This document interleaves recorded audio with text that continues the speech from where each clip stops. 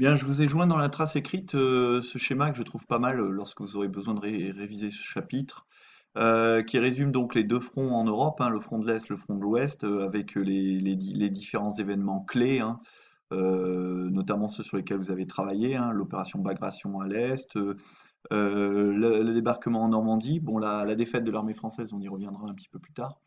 Et ça permet également de voir en quoi c'est un conflit d'ampleur mondiale, donc avec d'une part euh, la guerre du Pacifique et les autres fronts, donc notamment en Afrique du Nord et en Asie. Donc je les joins dans la trace écrite, vous n'aurez qu'à l'imprimer pour pouvoir la voir.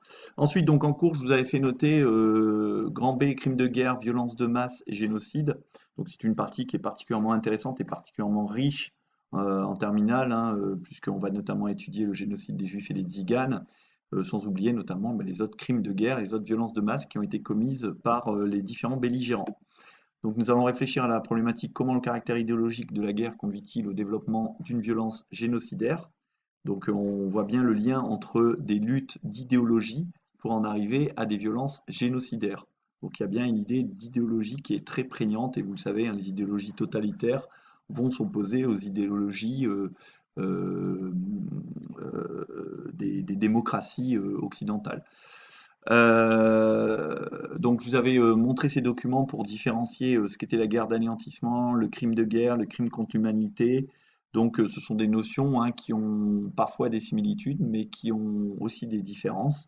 Euh, les crimes contre l'humanité, par exemple, n'apparaîtront qu'après la notion entre guillemets juridique de crime contre l'humanité n'apparaîtra que après la Seconde Guerre mondiale, lors du tribunal de Nuremberg, lors de ce procès où on jugeait les criminels de guerre nazis.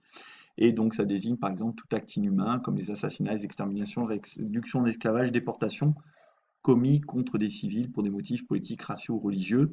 Et puis, bon, les crimes de guerre, ils sont définis, je vous en avais parlé, par différentes conventions, hein, notamment les conventions de Genève, et qui interdisent certains types d'actions lors des conflits, hein. On a le droit évidemment de tuer son adversaire si on est un militaire. On ne peut pas être poursuivi pour cela puisqu'on fait qu'obéir à des ordres.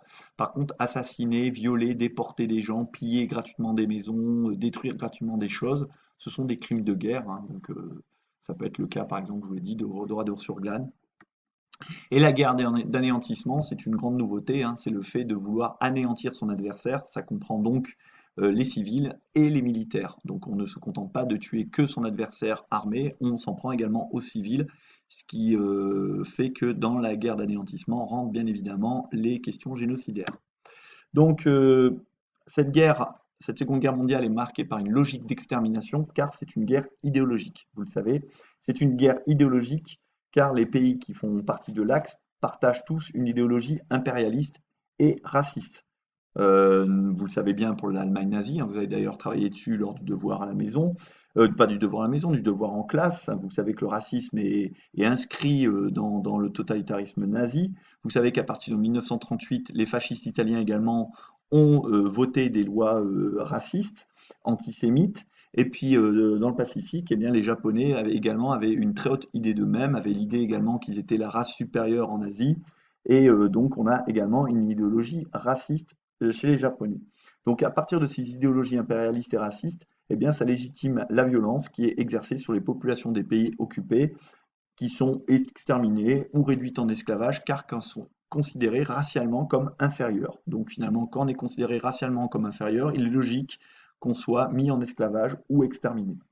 Donc l'objectif d'une guerre idéologique, c'est pas non seulement de vaincre l'ennemi, ça c'est le principe d'une guerre, c'est surtout de détruire l'ennemi et faire en sorte qu'il ne soit plus jamais une menace, voire qu'il n'existe carrément plus dans le cas des Juifs.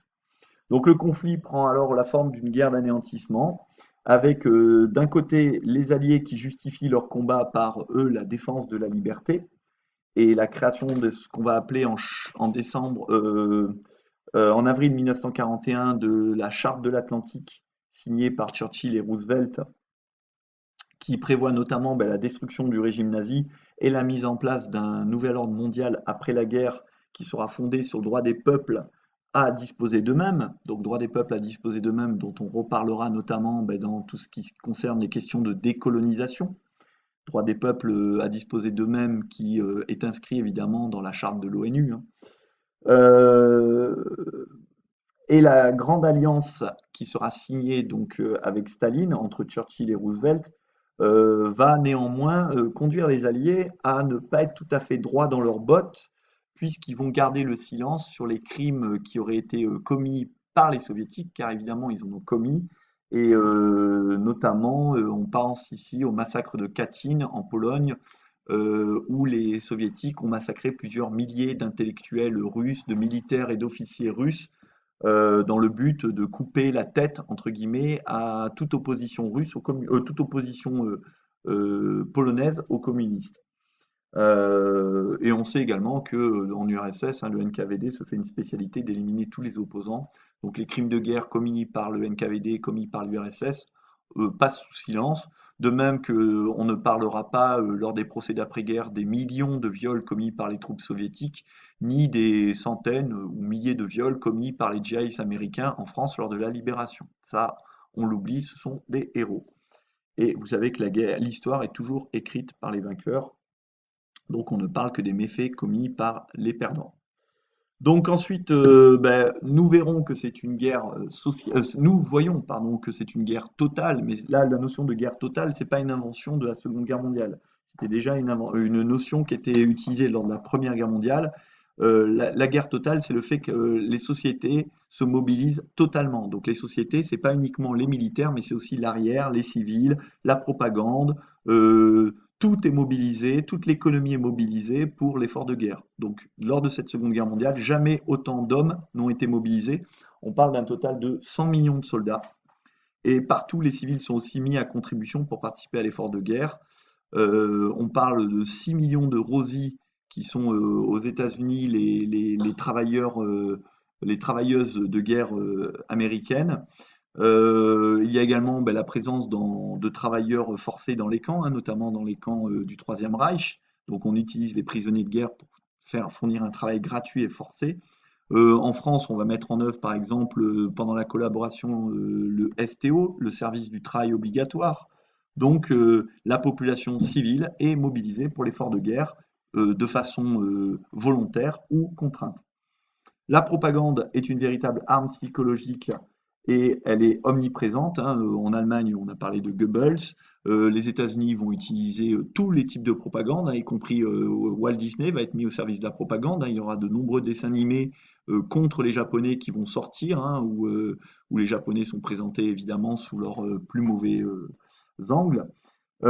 Et cette propagande omniprésente vise évidemment à justifier la violence.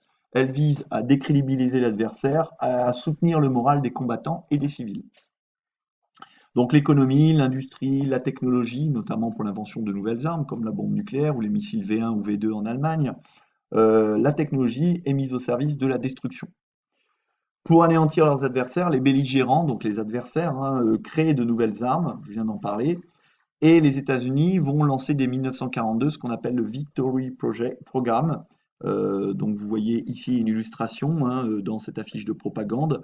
Le Victory Programme a été lancé sous l'impulsion de Roosevelt et les usines américaines vont fabriquer des centaines de milliers d'avions, des dizaines de milliers de chars, des millions de véhicules militaires et des millions de tonnes de navires qui sont vendus à crédit aux puissances qui continuent de se battre contre les puissances de l'Axe, et notamment à l'Angleterre. L'objectif de ce programme est donc de mener les Alliés à la victoire.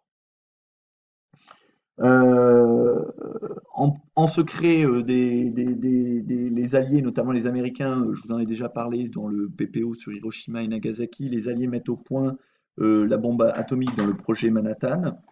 Et l'Allemagne et l'URSS, de leur côté, ne cessent d'augmenter leur production d'armes avec des inventions toujours plus meurtrières, comme par exemple les orgues de Staline, qui sont capables de tirer, ou qu'on appelle aussi les Katyusha, qui sont capables de tirer des centaines d'obus à la minute presque. Et du coup, lors des conquêtes, les Allemands vont terroriser les civils en bombardant les colonnes de réfugiés ou les villes. Ça a été le cas, par exemple, des villes martyrs du Limousin comme Tulle avec les 99 pendus et Oradour avec les 643 morts. Donc là, l'objectif, c'est vraiment de terroriser la population. De leur côté, les Alliés, eh bien, pour affaiblir l'Allemagne ou le Japon, vont utiliser leur aviation pour viser les villes, notamment les villes allemandes comme Hambourg et ici Dresde, où on estime qu'à Dresde, les bombardements alliés, notamment avec des bombes incendiaires, ont causé la mort d'environ 35 000 morts. Alors ça, c'est l'estimation basse, hein. D'autres villes comme Tokyo ont été ravagées par les bombes incendiaires, hein. On estime qu'à Tokyo, les bombes incendiaires ont fait plus de morts qu'à Hiroshima, notamment parce que ces villes au Japon étaient souvent construites en bois, donc elles flambaient très facilement. Donc les bombardements des villes, hein, qui étaient aussi pratiqués par les Allemands, notamment pendant le Blitz en 1940 contre l'Angleterre, ont pour but de démoraliser la population et faire en sorte que la population demande à son gouvernement de capituler. Donc quand on bombarde les villes, vous vous rendez bien compte, dans tous les camps, hein, tous les belligérants vont bombarder les villes, que là on ne fait plus du tout de distinction entre les militaires et les civils. L'objectif, c'est de faire le plus de dégâts, le plus de morts possible pour amener son adversaire à capituler. Donc les Allemands, face à ces bombardements, notamment de leur ville, vont riposter, hein, en mettant au point à partir de 1944 de nouvelles armes comme les V1 et les V2, qui sont des missiles à longue portée qui permettent de frapper les villes anglaises. Et bon, les Américains, on l'a vu précédemment, pour faire plier le Japon, eux vont mettre en place et au point la bombe atomique qui sera utilisée à Hiroshima et Nagasaki. Ce qui nous amène à la partie suivante, les crimes de guerre, les crimes de masse, et notamment en Europe orientale, ces crimes de masse qui vont avoir lieu au sein d'une véritable guerre d'anéantissement entre l'Allemagne et l'URSS. Donc dans la Pologne partagée entre l'Allemagne et l'URSS, suite aux accords secrets du pacte de non-agression signé le 23 août 1939, eh bien, en Pologne, déjà, des crimes de masse se produisent, comme le massacre dont je vous ai parlé des 4400 officiers polonais pardon, à Katyn. Euh, Même, on peut dire, plus de 22 000 officiers polonais ont été massacrés par les soviétiques suite à l'occupation de la Pologne. Et on le sait, après la rupture du pacte de non-agression germano-soviétique en 1941, les Allemands avancent rapidement à l'est, ils pénètrent dans ce qu'ils appellent leur espace vital qui leur est dû, et ils vont mener, les Allemands, une véritable politique de terreur dans les territoires qu'ils occupent, notamment en Pologne, en Biélorussie, en Ukraine, puis en Russie, causant des centaines, voire des milliers de radours sur place. Et pour étudier donc cette politique d'anéantissement, cette guerre d'anéantissement qui a lieu, eh bien, je vous ai invité à faire pour lundi le PPO sur le front de l'Est et la guerre d'anéantissement, correspondant aux pages 78-79 de votre manuel, le parcours 1. Donc nous verrons ça demain. Je vous souhaite une bonne fin de week-end si vous écoutez cette vidéo aujourd'hui et je vous retrouve demain pour la suite des événements. Bonne journée à vous.